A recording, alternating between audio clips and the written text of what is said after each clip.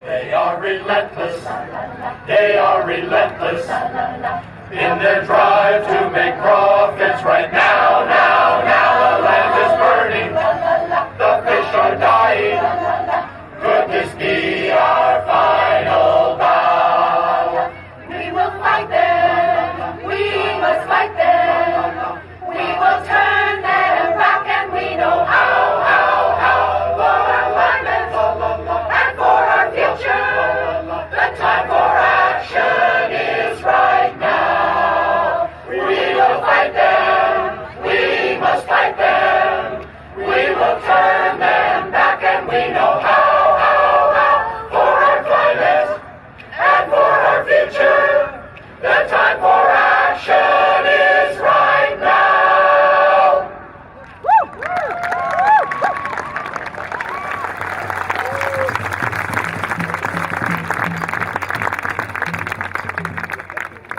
There's also been some really remarkable leadership from some of our local politicians.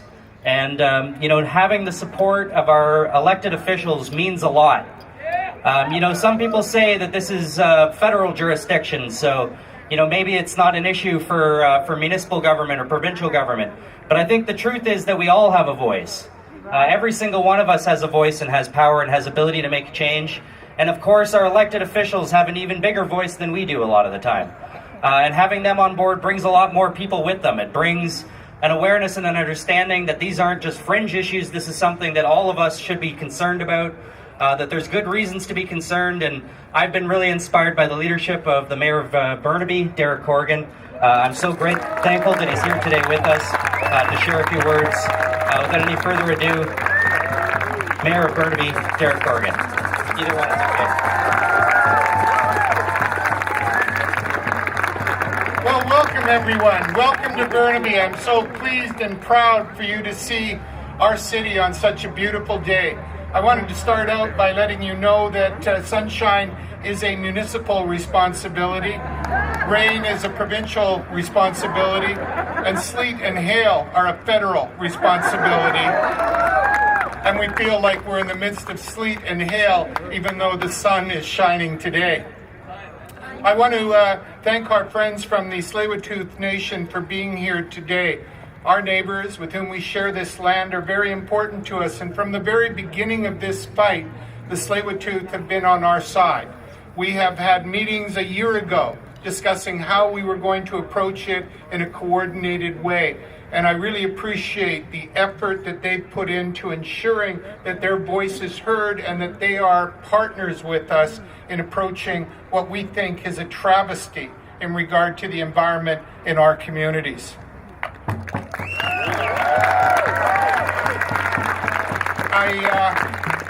One of the things that's really nice to be able to say is that across our community, our elected representatives are united on this issue.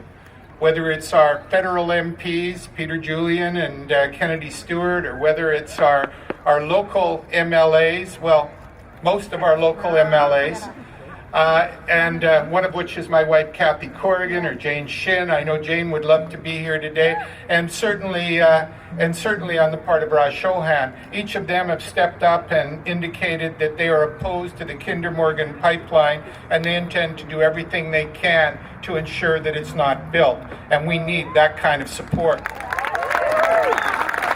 I'm also very pleased to say that on my council, opposition to Kinder Morgan is unanimous.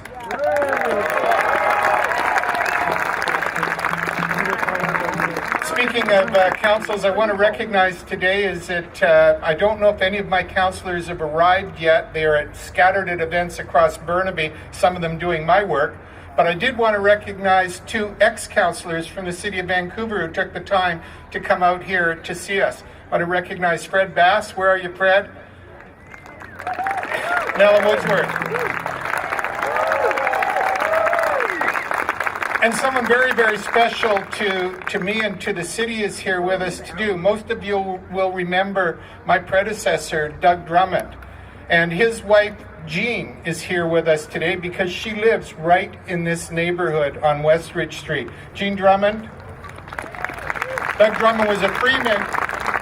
Ironically, Ironically, down at Barnett Beach, we created a beautiful walk called the Doug Drummond Walk, an area of our city that I'm very, very proud of. And I know that Doug Drummond, who used to walk his dog down there, was so pleased when we chose that to be the part of Burnaby we named after him.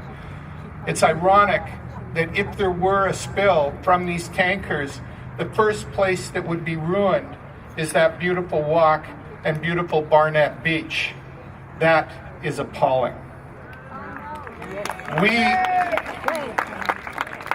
as a city have taken a very strong position, and we have gained resources from our city in order to be able to put on a campaign. And we're doing it in our own way by putting ads in our local paper, by ensuring that our citizens are advised through our website.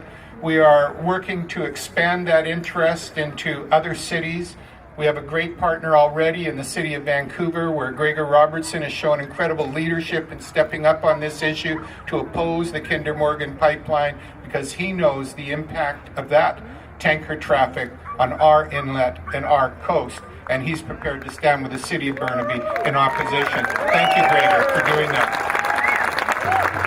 We're working also to expand this, so those of you who are here today who are not from Burnaby, if you talk to your councils, if you talk to your mayors and ask them to step up in support of this movement that we're creating, it is incredibly important, because the more support that we can get from local governments, not just those around the inlet, but from all of the local governments around the Metro Vancouver area, that voice becomes louder and louder and harder to ignore.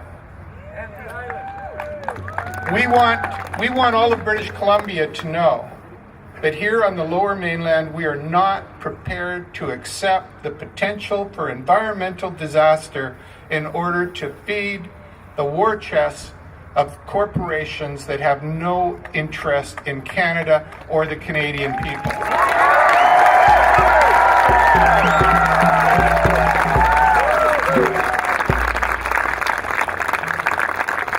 I just wanted to mention a couple of things to you, and most of you are pretty sophisticated. You know that, in fact, we've been holding public meetings in our communities. We did in Forest Grove earlier this week, and on Tuesday again we'll hold one at Westridge School, giving all of the information that we've been able to glean about the Kinder Morgan proposal, as we try to identify which of the three routes they've now proposed they actually mean to go down.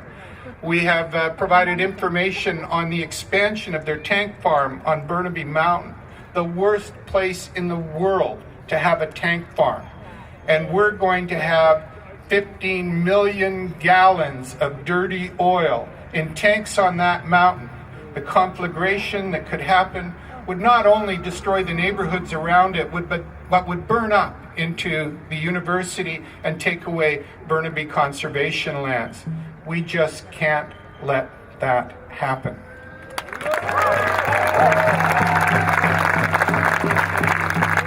So today, this walk is just the beginning. This is just the beginning of the struggle that we've undertaken as a city. We know that this process in the National Energy Board is one that is rigged to favor the corporations.